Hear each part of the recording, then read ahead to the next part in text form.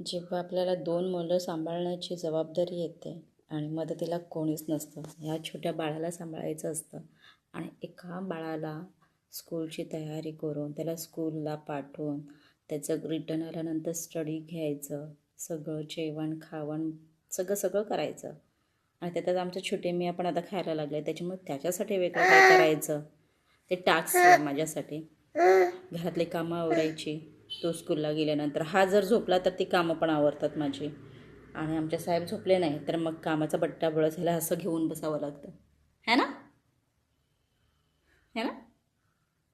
आणि मग जो कोण घरात एंट्री करणार सगळं पसारा बसणार, बाई यांच्या घरात किती पसारा, असं जो कोण बोलतो ना, मला कधी कधी खूप राग येतो की अरे यार 2 मुलं आहेत, कसं करणार मी एकटी, कोणाचा सपोर्ट नाही काय नाही, हजबंड घरात नाही, ते काम करतात बाहेर, कसं करणार. जेव्हा हजबंड असतात ते खरंच खूप मदत करतात मला, खरंच करतात आणि मी त्या बाबतीत पण लकी आहे की ते माझं सगळी एवढी मदत करतात की त्यांच्यामुळे मी आज आहे. डिलेवरीला तर जेवण पण सगळं तेच करायचे.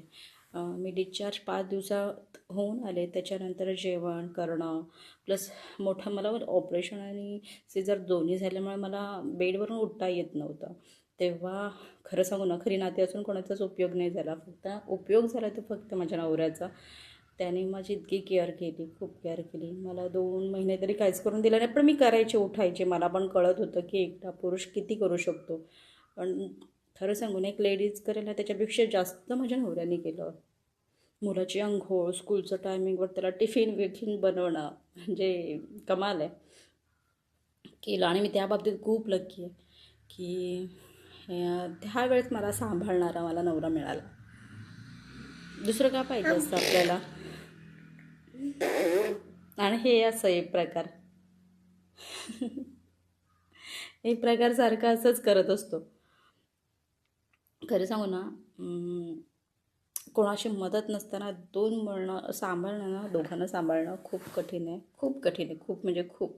रडते मी, चिडते मी, तांडव पण घालते कधी कधी, पण आपले आहेत ना मुलं, राग शांत झाल्यावर मग काय प्रेमाचा वर्षाव पण होतो, है ना मितांश.